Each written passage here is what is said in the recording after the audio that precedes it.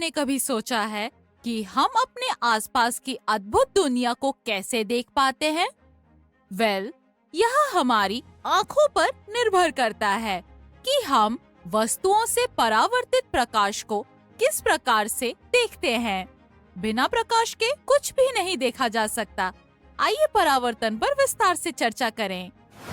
यदि प्रकाश की किरण दर्पण की भांति चमकदार सतह पर आपतित होती है, तो वह टकराकर उसी माध्यम में वापस आ जाती है। किसी सतह पर गिरने के बाद प्रकाश के वापस उसी माध्यम में टकराकर आने की घटना को प्रकाश का परावर्तन कहते हैं। जब विभिन्न वस्तुओं से परावर्तित प्रकाश किरणें हमारी आंखों में प्रवेश करती हैं, तो हम उन्हें देख पाते हैं। आइए अब हम परावर्तन के नियमों को समझते हैं। कागज की एक शीट को एक ड्राइंग बोर्ड पर पिनों की सहायता से लगाइए। एक रेखा M1 कागज की शीट पर खींचे। रेखा M1 के केंद्र में एक बिंदु O लें। एक अभिलंब ON रेखा M1 पर बिंदु O पर खींचे। अब एक आपतित किरण AO बनाएं जो ON से कोण बनाती है। अब एक स्टैंड की सहायता से पॉलिश किए हुए एक समतल दर्पण को रेखा M1 पर लंबवत रखें। दो पिन P और Q को किरण AO पर सीधा लगाइए। अभिलंब के दूसरी ओर से प्रतिबिंब P1, Q1 को P और Q पर इस प्रकार देखें कि दोनों एक ही रेखा पर हों। अब पिन R और S को बोर्ड पर इस प्रकार लगाएं। P1, Q1, R और S सभी एक सीधी रेखा में दिखाई दें। एक पेंसिल से पिन R और S के स्थान पर गोला बना दें। बोर्ड से सभी पिन और समतल दर्पण हटा दें। बिंदु R और S को मिलाने वाली एक रेखा खींचिए। इस रेखा M1 तक इस प्रकार बढ़ाइए कि यह बिंदु O पर मिले। अब किरण OS परावर्तित किरण है। आपतित किरण AO और अभिलंब ON के बीच का कोण आपतन कोण है। परावर्तित किरण OS और अभिलंब ON के बीच का कोण परावर्तन कोण है।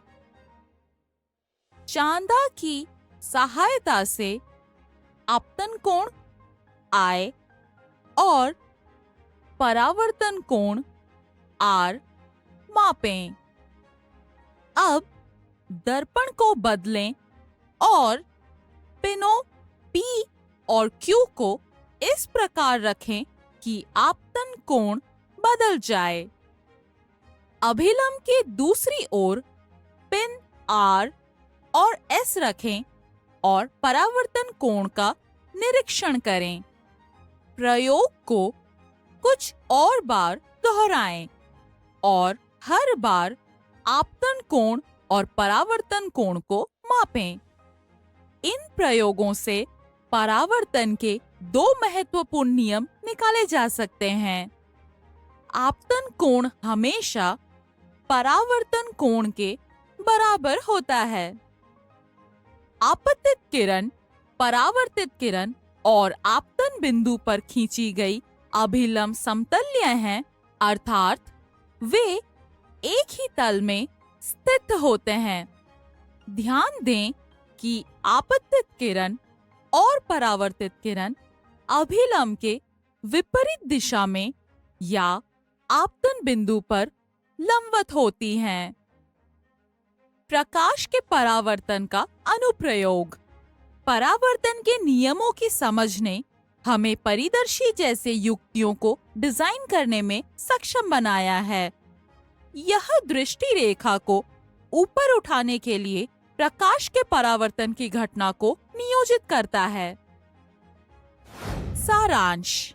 जब प्रकाश किरण पुंज किसी सतह पर आपतित होती है तो इस प्रकाश किरण पुंज का एक भाग वापस उसी माध्यम में वापस आ जाता है। इस परिघटना को प्रकाश का परावर्तन कहते हैं। परावर्तन के नियमों को इस प्रकार कहा जा सकता है। 1. आपतन कोण हमेशा परावर्तन कोण के बराबर होता है। 2. आपतित किरण परावर्तित किरण और आपतन बिंदु पर खींचा गया अभिलंब समतुल्य होता है, अर्थात वे एक ही तल में स्थित होते हैं। आपतित किरण और परावर्तित किरण अभिलंब के विपरीत दिशा में या आपतन बिंदु पर लंबवत होती हैं। अब जब आप परावर्तन के नियमों को जान गए हैं, तो प्रकाश के परावर्तन के साथ करने के लिए बहुत से मजेदार प्रयोग हैं। प्रकाश के परावर्तन का उपयोग एक ही वस्तु के परिदर्शी, कलाइडोस्कोप या बहुपरावर्तन बनाने के लिए किया जाता है। यदि आप इस बारे में अधिक जानना चाहते हैं कि प्रकाश कैसे कार्य करता है, तो अगली बार तक हमसे जुड़े रहें।